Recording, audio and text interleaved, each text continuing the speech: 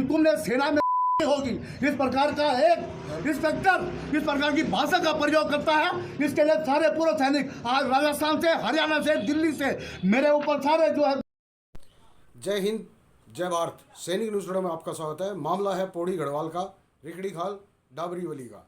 जी हाँ, आखिर पूर्व सैनिकों का अपमान कब तक होता रहेगा, और वो भी पुलिस के द्वारा, जो कानून का पालन करते हैं उन्हीं के द्वारा जो है ना अपमान।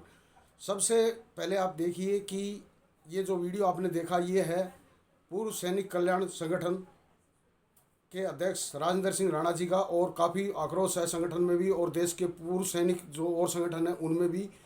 सेवानिवृत्त महावीर सिंह, सूबेदार मेजर महावीर सिंह जो है वो वहाँ से जा रहे थे, हॉस्पिटल से 2-3 किलोमीटर पीछे ही थे स्कूटी लेके।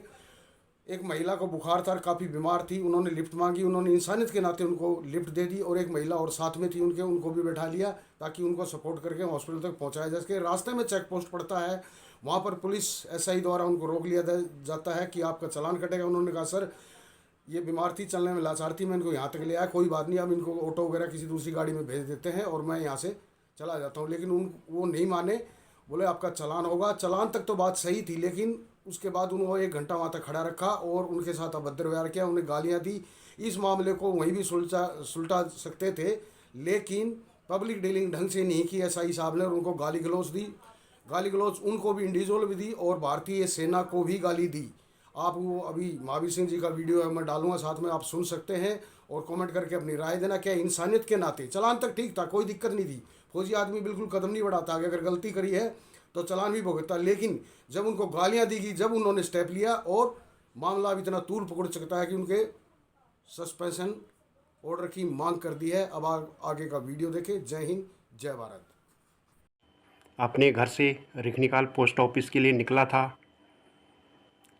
बीच में रिखनीकाल हॉस्पिटल के आगे मुझे 2 महिलाएं मिली, जिसमें एक महिला चलने में लाचार थी और धूप भी बहुत तेज़ थी।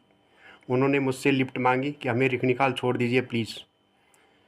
जो महिला नहीं चल पा रही थी, उसे बहुत तेज़ बुखार था, और मैंने उसको बीच में बिठाकर, पीछे दूसरी महिला उसको सपोर्ट कर रही थी।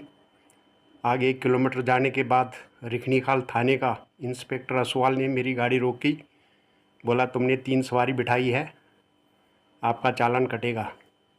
मैंने कहा ये महिला बहुत बीमार है, और ये रास्ते में इन्होंने मुझसे लिफ्ट मांगी। एज ए मानवता के नाते मैंने इनको लिफ्ट दे दी। बोला नहीं, चालान तो भरना पड़ेगा। मैंने उनको दूसरी गाड़ी में जाने को कहा। इन्होंने मुझे 1 घंटे तक वहाँ पे रोका और मुझसे काफ़ी अभद्र व्यवहार किया, जिसमें एक शब्द इन्होंने ये बोला कि तुमने तो फौज में भी मारी होगी। वो बीच का शब्द बोलने में मुझे भी शर्म आ रही है।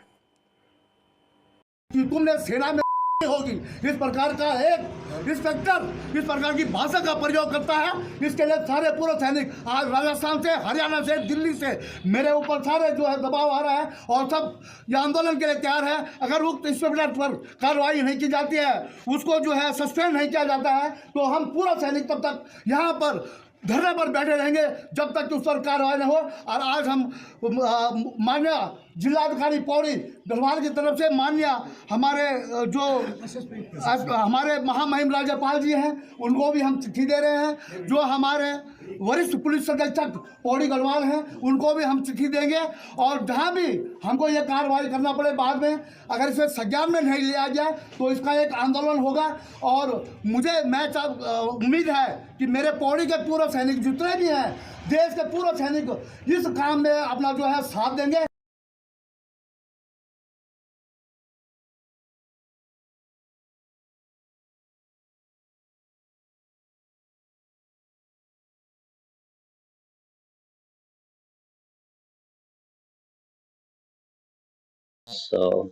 सैनिक पूर्व संगठन के कर्मचारी हमारे पास आए थे, जो कि एक शिकायत लेकर हमारे पास आए थे, जिसमें एक पुलिस कर्मचारी के द्वारा अभद्रता का आरोप उन्होंने के बारे में एक शिकायत मेरे पास थी है, और उस शिकायत का हम लोगों ने संज्ञान लिया है।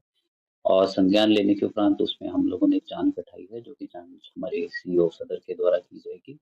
और जो उन्होंने शिकायत की है वो अवश्य ही खेद का एक विषय है, और जो भी हम लोग उसमें जांच के उपरांत जो भी उसमें तथ्य आएंगे, उन तथ्य के आधार पर कार्रवाई करेंगे। और यदि शिकायत में सत्यता है और यदि उसमें ये स्पष्ट होती हैं चीज़ें तो बिल्कुल